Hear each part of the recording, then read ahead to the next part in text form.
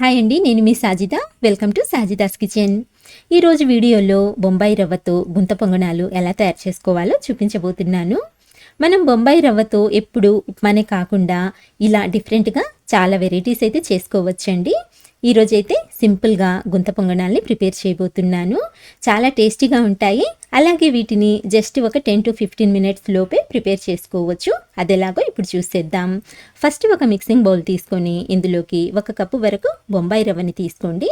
ఇప్పుడు ఇందులోకి ఒక మీడియం సైజు ఉల్లిపాయని ఇలా సన్నగా కట్ చేసుకొని వేసుకోవాలి. నెక్స్ట్ ఒక మీడియం సైజు క్యారెట్ని కూడా ఇలా తురుముకొని యాడ్ చేసుకోండి. తర్వాత కొద్దిగా క్యాబేజ్ని కూడా ఇలా తురుముకొని యాడ్ చేసుకోండి. నెక్స్ట్ 2 పచ్చిమిరపకాయలని సన్నగా కట్ చేసుకొని వేసుకోండి. ఇప్పుడైతే 1/2 ఇంచు అల్లాన్ని ఇలా చాప్ చేసుకొని వేసుకోండి. అలాగే సన్నగా తరిగిన కొద్దిగా కొత్తిమీరని కూడా యాడ్ చేసుకొని ఇప్పుడు ఇందులోకి 1/2 కప్పు వరకు పెరుగుని వేసుకోండి.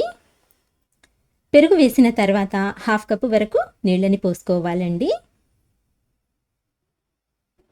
ఇప్పుడైతే రుచికి సరిపడా సాల్ట్ని వేసుకోండి. నేనైతే ఒక 1/2 టీ స్పూన్ వరకు వేస్తున్నాను.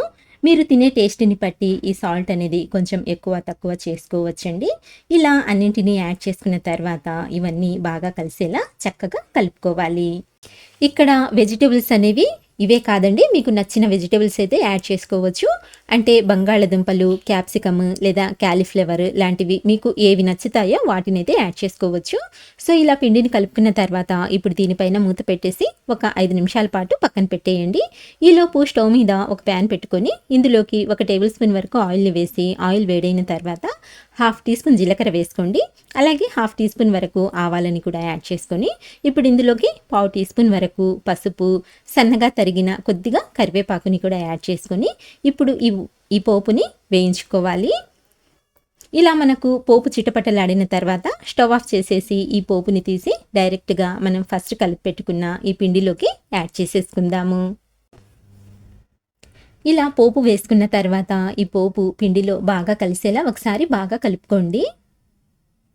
మొత్తం అంతా చక్కగా కలుపుకున్న తర్వాత ఇప్పుడు పిండి కన్సిస్టెన్సీ చెక్ చేసుకుందాము. చూడండి, పిండి మనకు కొంచెం థిక్గా ఉంది కదండి. సో ఇందులోకి కొద్దిగా వాటర్ని అయితే యాడ్ చేసుకుందాము.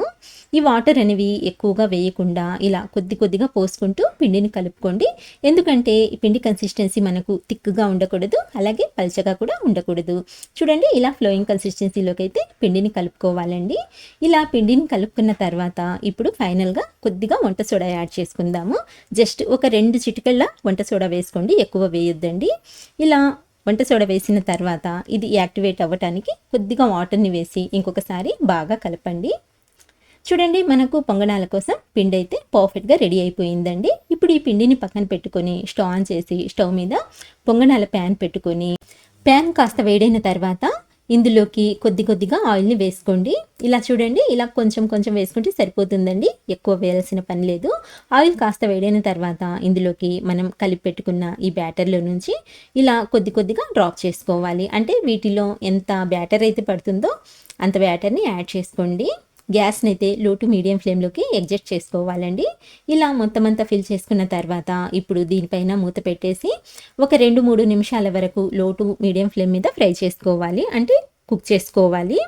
ఇలా ఒక 3 నిమిషాలు కుక్ చేసిన తర్వాత మూత తీసి ఇప్పుడు వీటిని ఇంకొక వైపుకి టర్న్ చేసుకుందాము. ఇలా తక్కువ ఆయిల్తోనే హెల్తీగా బ్రేక్ఫాస్ట్ అనేది ప్రిపేర్ చేసుకోవచ్చండి. టేస్ట్ కూడా చాలా బాగుంటుందన్నమాట. అలాగే చాలా ఇన్స్టెంట్గా ప్రిపేర్ చేసుకోవచ్చండి వీటిని. ఇలా అన్నింటినీ ఇంకొక వైపుకి టర్న్ చేసుకున్న తర్వాత ఇప్పుడు రెండో వైపు కూడా ఒక 2 నిమిషాల పాటు మూత పెట్టకుండా ఇలాగే ఫ్రై చేసుకోండి, సరిపోతుంది.